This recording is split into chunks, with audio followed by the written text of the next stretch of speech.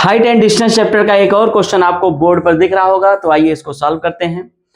Question है a kite is flying at a height of 60 metre above.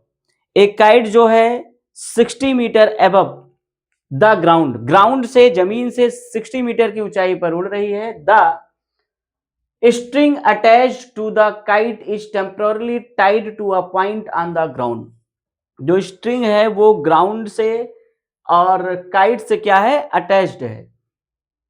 The inclination of the string with the ground is 60 degree. जो string है वो ground के साथ 60 degree का angle बना रही है। Find the length of string. String की लेंथ क्या होगी, स्ट्रिंग की लेंथ ही आपको फाइंड करना है। Assuming that there is no slack in the string, ये आपको मानना है कि स्ट्रिंग में कोई स्लैक नहीं है, कोई ढीलापन या कोई गांठ नहीं है। तो इस तरह से आपको स्ट्रिंग की क्या निकालनी है, लेंथ निकालनी है। आपको पता है कि जैसे मान लीजिए कोई काइट है जो इस तरह से उड़ रही होगी, तो स्ट्रिंग क्या होगी, यहां पर ये होगी आपकी। मान लीजिए यहां पर मान लीजिए काइट उड़ रही है इस तरह से, तो ये जो एंगल बन रहा है ये 60 डिग्री का एंगल बन रहा है। तो ये है आपकी string. String right angle triangle में क्या है, हाइपोटेनियस का काम कर रही है। यही स्ट्रिंग है। स्ट्रिंग क्या काम कर रही है, हाइपोटेनियस का। तो यहां पे मान लीजिए स्ट्रिंग की लेंथ है x मीटर और वो 60 मीटर की ऊंचाई पर उड़ रहा है। ये 60 मीटर दिया गया है, 60 मीटर। तो यहां पर आप चाहें तो a, ये b और ये c मान लीजिए। Let the length of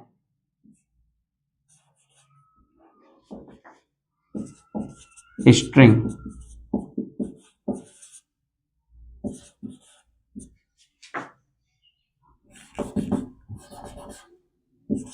B x metre. हम मान लेते हैं कि जो स्ट्रिंग है उसकी लेंथ कितनी है, x मीटर है। ये फिगर में आपको दिखाया भी गया होगा। अब आप देखिए यहां पर आपको परपेंडिकुलर गिवन है और क्या फाइंड करना है, हाइपोटेनियस फाइंड करना है। तो परपेंडिकुलर और हाइपोटेनियस के लिए आप cos थीटा का यूज कर सकते हो या फिर sin थीटा का यूज कर सकते हो।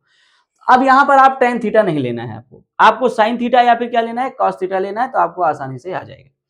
अब आप लिखेंगे in triangle ABC sin theta is equal to, आपको पता है sin theta is equal to perpendicular upon hypotenuse. और यहां पे परपेंडिकुलर क्या है, AC अपॉन हाइपोटेनियस क्या है, BC। sin थीटा, थीटा की वैल्यू आपको गिवन है कितने डिग्री की, 60 डिग्री की।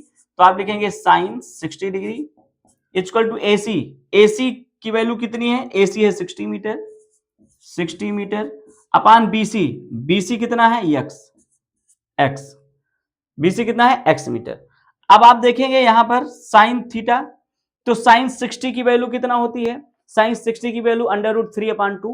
sin 60 की वैल्यू कितना होगी, √3 upon 2 equal to 60 metre upon x। अब x की वैल्यू आपको फाइंड करना है, तो x क्रॉस मल्टीप्लाई में यहाँ न्यूमरेटर में आएगा और √3 ऊपर मल्टीप्लाई न्यूमरेटर में है डिनोमिनेटर में, और 2 डिनोमिनेटर में है तो न्यूमरेटर में जाएगा। इस तरह से x की वैल्यू हो जाएगी 60 मीटर इंटू 2 अपान में √3।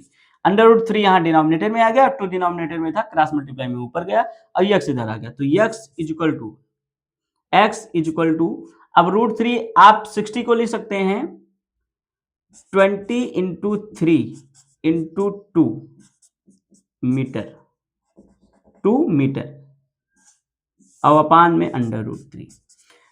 देखिए 23 जा 60 और ये 2 तो था ही मल्टीप्लाई में, मीटर यहां लिख दिया गया। तो 20 इंटू 3 क्यों लिखा गया, क्योंकि √3 से अभी ये √3 में भी √3 है, तो इसको आपको करना है कैंसिल, क्योंकि आपको √3 ऊपर ले जाना है। ये इसका स्टैंडर्ड फॉर्म होगा। तो x इज इक्वल टू अब 20 और 3, तो 20 और 3 को हम लिख सकते हैं √3 इंटू √3। √3 का मतलब 3, √3 मतलब 3 इंटू 2 मीटर होल अपान में √3। अब √3 से √3 कैंसिल हो गया। x इक्वल टू 22 जा 40 √3 एक √3 बचा मीटर। इस तरह से ये आपका आ गया लेंथ ऑफ स्ट्रिंग 40√3 मीटर। ये आपका हो गया आंसर। स्ट्रिंग की लेंथ आ गई 40√3 मीटर। आई होप आपको समझ में आया होगा। अब ऐसे ही क्वेश्चन आपको फिर नेक्स्ट वीडियो में एक एक क्वेश्चन ऐसे लेके आएंगे जो कि आपके लिए थोड़ा कम समय में हो जाएगा और जल्दी से आप देख सकते हैं इस तरह के क्वेश्चंस, ज्यादा टाइम आपको नहीं लगेंगे। Okay, thank you.